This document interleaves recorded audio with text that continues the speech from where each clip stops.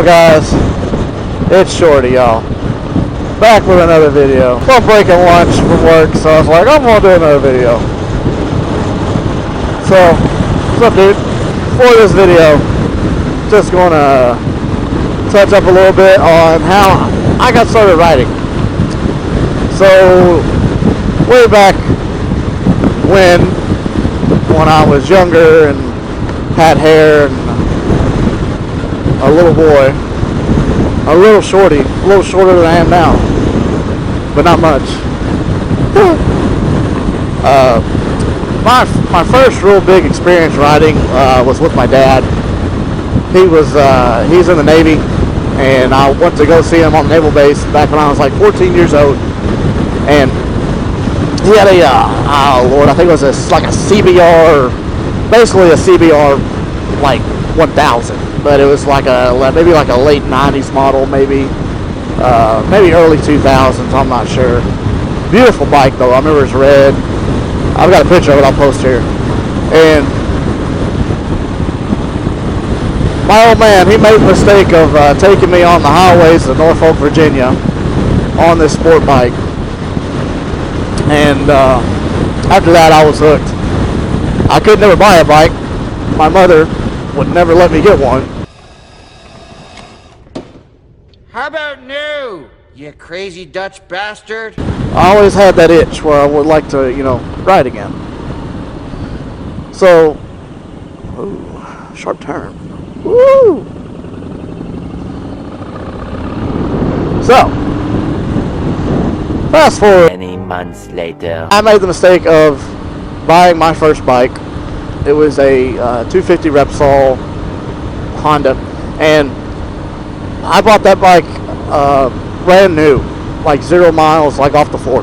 Big mistake, wish I didn't do it. To any new riders, if you're new into riding, don't buy your first bike off the showroom floor, because you're going to drop it. It's like the old saying goes, and you've heard it before. It's not if you go down, it's when you go down. I had this 2013 Repsol, beautiful bike, first bike, first loan I did, big loan I did, got it. I had my motorcycle endorsement, my permit and all that, and I had the bike 1 hour, and 1 hour later, I dropped it. The reason being because it was too tall for me. I wanted the bike, I didn't really care about it being comfort or fitting me well. I ended up getting a new spring on it, and it got shorter to where I could flat foot it. But still, I had the bike 1 hour, I dropped it. Luckily, it was just gravel dust. It didn't scrape the fairings or nothing. I got very lucky, very blessed. You get your first bike, make sure that it's one that you get cheap off Craigslist, off the classified ads of a newspaper. For y'all young people, that's what we used to read before we had social media. Craigslist, the want ads, you name it. I mean, just look, check on Facebook, the Facebook ads, look for a good cheap used bike for your first bike. That way, if you throw it, when you throw it down, there we go, it's not if it wins. But when you drop it, you're not going to be all butthurt. I mean, you're going to be a little butthurt because it's your bike, you probably, spend some money on it, but still, you're not going to keep that bike forever. You might, but probably doubt it. I had my 250 Repsol for 6 months. And my buddy's like, Shorty, I got this perfect bike for you, man. It is a 07 Gixxer. It's already lowered, so you'll be able to ride it just fine. Needless to say, I was intrigued. So, I rode this Gixxer. It was white and red, nice bike. And I ended up buying it. I sold my 250 to a friend of mine, and I got this Gixxer. It's my second bike. I had put an exhaust on it, and it had the frame sliders. It was a nice bike. And my best friend, Justin, who I've went on trips with and hung out with, and we've done, long distance stuff. He made the mistake of saying, hey, Shorty, let's go down to Mississippi. Well, me, only riding for a year at that time, was like, yeah, let's go down to Mississippi. I don't care if I'm on a crotch rocket. Let's go down to Mississippi for the day. So, we went down to Mississippi for the day, and I was saying, "Oh my back." And we got down there. He had a street glide, and he had to get a wash at a local dealership. He had a free wash, so cool. And we get down there. I'm like, "Oh my back." So they're trying to sell me on a Harley, and I think it was a soft tail slam. It had like the star on the side, the camo one edition. And it was funny. The sales dude, he saw me just checking out. I mean, I liked Harleys, but I wasn't. I was happy with my Gixxer at the time, other than the fact that my back was killing me. And this salesman dude's like, the rider don't pick the bike. Kind of saw that dude from, the Sling Blade. But he kind of reminded me of that. He's like, the rider don't pick the bike. The bike picks the rider. I was like, oh, yeah, really? Okay. And then he's like, can you afford a $450 a month payment? Huh. Well, apparently the bike didn't pick the rider with a good enough paycheck. Because, no thank you. So I went back home. We went back home. And I rode my Gixxer back to our hometown. And I was like, oh, my back.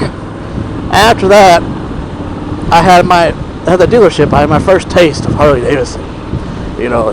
Of the brand and the culture. And so I got back to my hometown and I was like, alright, I'll see what this is all about. So I started checking out some cheaper bikes. I ended up finding my Sportster in Tennessee. And so I rode Tennessee, checked out this bike, came back, I got it. It was an 883 Sportster, 2014. I think it had 1,200 miles when I bought that. I went home with the Sporty. I traded in my Gixxer. They gave me like $3,000, and they're like, "We'll give you $3,000 for it." I'm like, "Dude, that's what I paid for the bike." Okay, cool. So I got my Sporty. I brought it back home, and I started watching, looking up videos on YouTube for things that have been done to the bike and things that might look cool, and looking at pictures and trying to figure out what I liked. Well, I come to find out I like the bobber style, and so I started watching stuff on YouTube and looking at pictures and all that, and I found, I upgraded my bike, and I added the handlebars, tank lift, ignition coil replacements. There's too many. Oh man, I added a lot to that bike. Ended up doing a 1200 kit. Had the bike, 2 years altogether. I had the bike over 2 years. And it's funny because I come back and I've told my dad, it's all your fault. You're the reason for this riding thing. And, here I am 6 years later, and I've been riding, I went through 4 bikes, this being my 4th. And I'm very, I eventually traded in the Sporty, I've traded in the Sporty and got this now. Very happy with this. This platform is amazing. But, yeah, to me, this is therapy. And I'm pretty sure you watch anybody on this, anybody's channel, and they'll tell you how therapeutic it is to ride. So, to any new riders, get a bike that you feel comfortable on, to learn on, and then I'll go from there and upgrade. Don't miss out on riding. To say it's therapeutic is an understatement. I could be having the worst day at work, been called everything but tall, and I get on this thing and it's like, I'm good. So I won't quit ranting and raving, guys. You guys let me know what you think. Let me know how you guys got started riding. What happened to you that made you just want to start riding? Oh, we got Fast and the Furious right here. Luckily he don't want to race me, I beat him.